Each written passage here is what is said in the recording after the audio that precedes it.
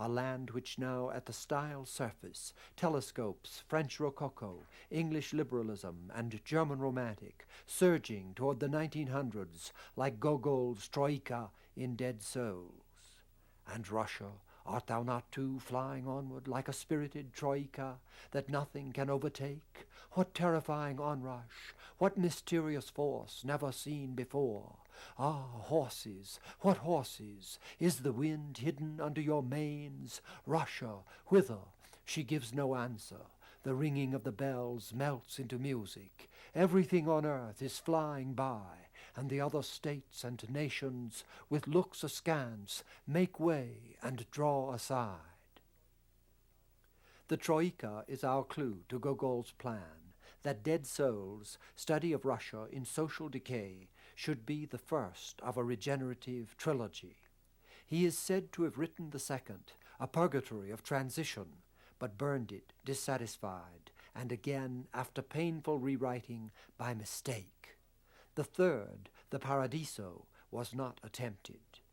This painter, Ivanov, spent the same 30 years working toward a religious masterpiece, the appearance of Christ before the multitudes, of which yearning sketches remain the best fruit.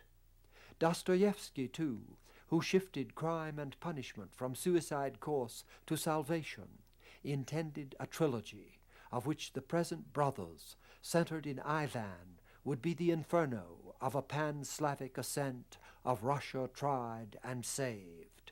As Father Paisi says, the Church is not to be transformed into the state. That is Rome and its dream. On the contrary, the state is transformed into the Church, will ascend and become a church over the whole world, which is the opposite of Rome, and is only the glorious destiny ordained for the Orthodox Church. This star will arise in the East. That destiny was spiritual, but it has come to pass by materialism. Anathema to the great men of the 40s, this Tolstoy, painted in age by Rapine, a hint at the reversals of the organizing play. Thus Lemaitre, Tolstoy's Napoleonic source, Catholic and royalist counterpole to the liberal ferment, had become a feature of the court of the Tsars. In absorbing that skeptic absolutism, Tolstoy turns it to an intuitive surrender to the divinity of the peasant mass, the prompting of Russian soul. So his Platon Karatayev, the Plato who cannot speak well, mediates Pierre's life acceptance with the barefoot search in which Tolstoy would close his life.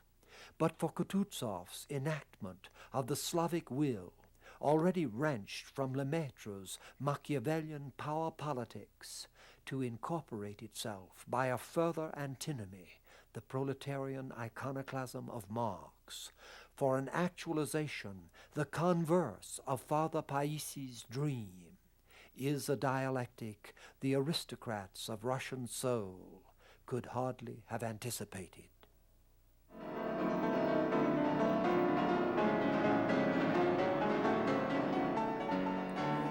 Vrebel's 1890 brooding demon or genie, its symbolist forms breaking into the abstract, closes the century. Let it stand with Scriabin, who made his life a medley of visions extolling three things: the new art, the new gospel, the new left. There must be no more money and no more poor. All his music was in preparation for a great tone poem mystery, for which he had invented a language of cries and ejaculations. It was to be performed in a hemispherical temple in a lake in India, the reflection completing the perfect sphere, and at its climax, Nietzsche's leap to the Superman would occur, and revolution be fulfilled in an ecstasy of spirit.